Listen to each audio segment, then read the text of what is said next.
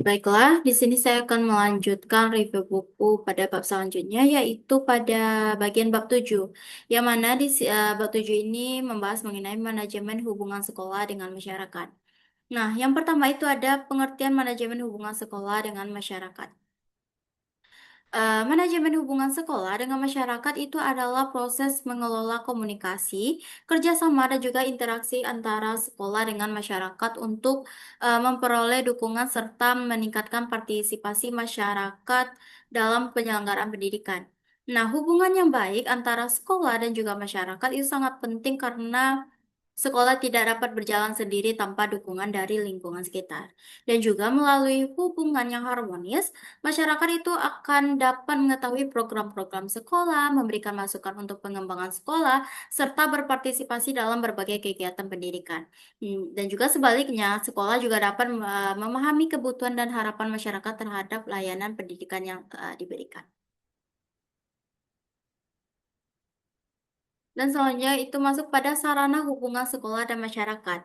Nah, yang pertama itu ada open house, di mana open house ini merupakan kegiatan yang memberikan kesempatan kepada masyarakat untuk mengunjungi sekolah dan melihat secara langsung berbagai fasilitas, program, serta prestasi yang dimiliki oleh sekolah. Nah, kegiatan ini bertujuan untuk memperkenalkan sekolah kepada masyarakat sehingga dapat meningkatkan kepercayaan masyarakat terhadap sekolah. Dan kedua itu ada pameran kreativitas, di mana ini merupakan kegiatan dalam menampilkan hasil karya peserta didik kepada masyarakat. Nah, kegiatan ini dapat menjadi sarana promosi sekolah sekaligus itu memberikan apresiasi terhadap hasil karya siswa. Dan yang ketiga itu ada pentaseni. Pentaseni itu merupakan kegiatan yang menampilkan bakat dan juga kemampuan siswa dalam bidang seni. Nah, kegiatan ini juga menjadi sarana mempererat hubungan antara sekolah dengan masyarakat. Dan yang keempat itu ada penerbitan majalah sekolah.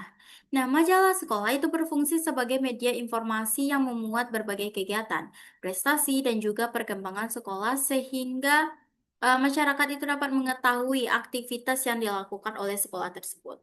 Dan yang kelima itu melalui media sosial. Nah, media sosial itu menjadi sarana komunikasi yang efektif karena dapat menjangkau masyarakat dengan cepat dan luas. Dan juga melalui media sosial, sekolah itu dapat menyampaikan informasi secara real time. Contohnya itu sekolah mengunggah informasi kegiatan, pengumuman, dan juga prestasi siswa melalui Instagram, Facebook, atau juga TikTok sekolah. Dan keenam itu melalui media cetak dan elektronik.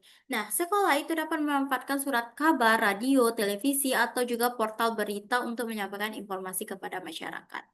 Contohnya itu prestasi siswa yang berhasil memenangkan lomba tingkat nasional itu dipublikasikan melalui surat kabar daerah.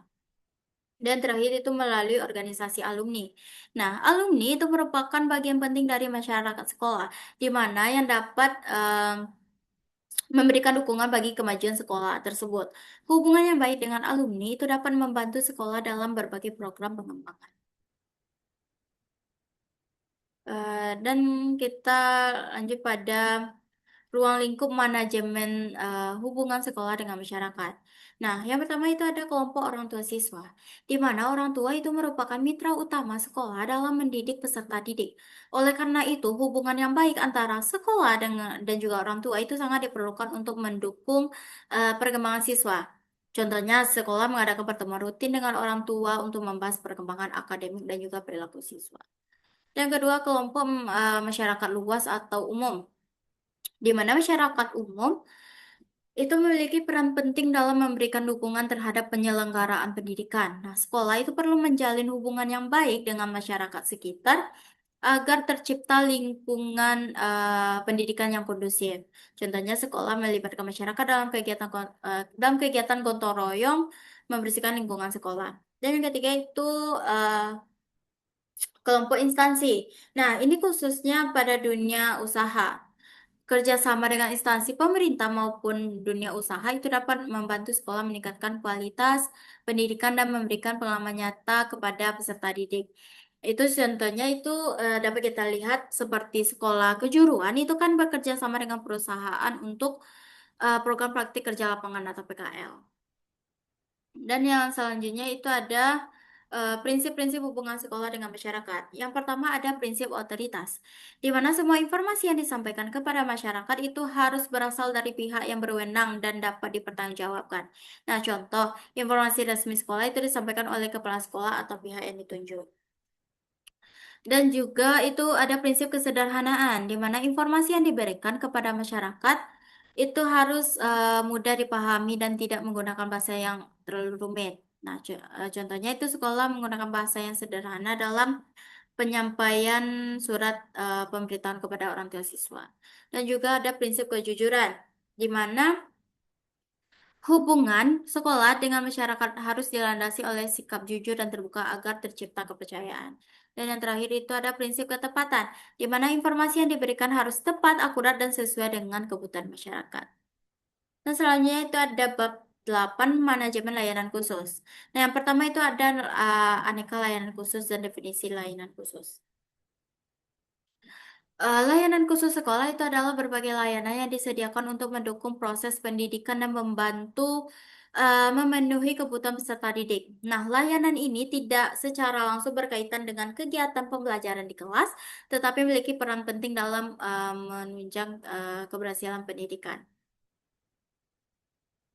Nah, melalui layanan khususlah peserta didik ini dapat memperoleh berbagai fasilitas yang mendukung kesehatan, kenyamanan, keamanan, dan juga kebutuhan belajar mereka selama berada di sekolah. Di sini ada terdapat aneka layanan khusus. Yang pertama itu kantin sekolah, yaitu fasilitas yang menyediakan makanan dan minuman bagi warga sekolah. Keberadaan kantin ini sangatlah penting untuk memenuhi kebutuhan gizi peserta didik selama mengikuti kegiatan belajar. Dan juga yang kedua itu ada unit kesehatan sekolah atau UKS, di mana ini layanan kesehatan yang bertujuan meningkatkan kesehatan peserta didik dan memberikan pertolongan pertama apabila terjadi gangguan kesehatan di sekolah. Dan yang ketiga itu perpustakaan sekolah, di mana ini merupakan pusat sumber belajar yang menyediakan berbagai bahan bacaan dan juga sumber informasi untuk mendukung kegiatan pembelajaran. Contohnya itu siswa meminjam buku pelajaran atau buku pengetahuan umum untuk menambah wawasan mereka. Nah, yang keempat itu ada transportasi sekolah, di mana itu merupakan layanan yang membantu peserta didik dalam perjalanan menuju ataupun pulang dari sekolah dengan aman dan nyaman. Dan selanjutnya itu ada ruang lingkup manajemen layanan khusus. Yang pertama itu ada Pusat Sumber Belajar atau PSB, di mana ini tempat yang menyediakan berbagai sumber belajar yang dapat digunakan oleh guru dan juga siswa untuk menunjang proses pembelajaran. Contohnya ini menyediakan komputer, internet, video pembelajaran, dan juga berbagai media pembelajaran lainnya. Yang kedua itu ada perpustakaan sekolah. Perpustakaan itu kan berfungsi sebagai pusat informasi dan juga sumber belajar yang mendukung kegiatan akademik siswa. Contohnya itu perpustakaan menyediakan buku referensi, majalah, jurnal, dan juga koleksi digital. Dan yang ketiga itu usaha kesehatan sekolah atau UKS. Sama-sama kita tahu UKS itu kan bertujuan menjaga kesehatan peserta didik agar mereka dapat mengikuti pembelajaran secara optimal. Nah, yang keempat itu kafetaria atau kantin sekolah, di mana itu berfungsi menyediakan makanan sehat, aman, dan juga terjangkau bagi warga sekolah. Dan kelima itu ada poliklinik sekolah, di mana itu merupakan layanan kesehatan yang lebih lengkap dibandingkan UKS, dan juga biasanya itu tersedia pada sekolah tertentu.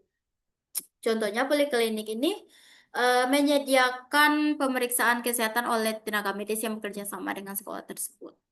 Yang terakhir itu fasilitas pendukung lainnya. Ini seperti transportasi sekolah, asrama, tempat ibadah, dan juga berbagai fasilitas lain yang menunjang kegiatan pendidikan. Lalu kita masuk pada bab 9 yaitu supervisi pendidikan. Yang pertama itu ada hakikat supervisi. Secara etimologis itu supervisi berasal dari kata super yang berarti atas dan juga vision yang berarti melihat atau mengawasi. Nah, dalam pendidikan, supervisi ini tidak hanya berarti pengawasan, tetapi juga pembinaan dan bantuan profesional yang diberikan kepada guru untuk meningkatkan kualitas pembelajaran. Nah, hakikat supervisi adalah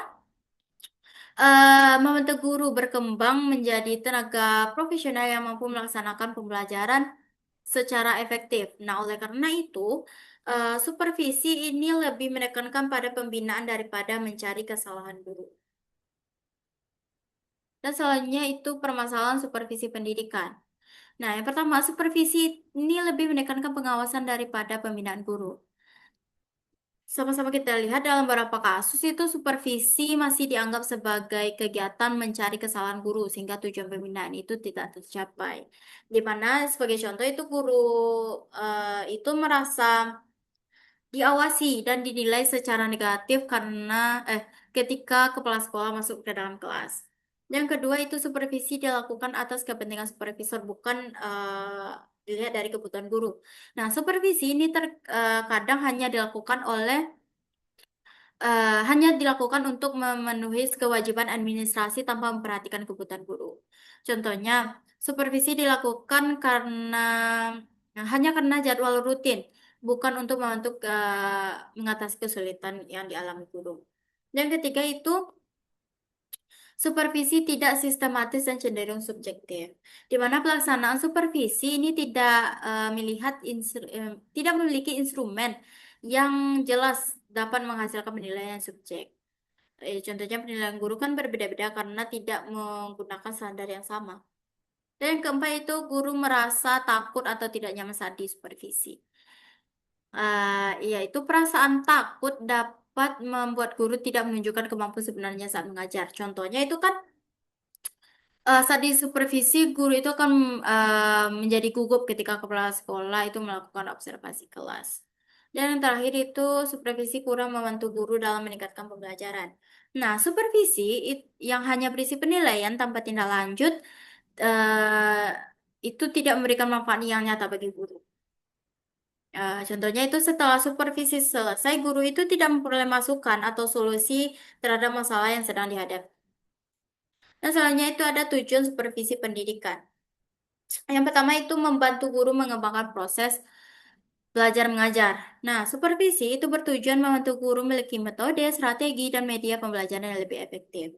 Contohnya supervisor itu menyarankan penggunaan media digital agar siswa lebih aktif dalam belajar.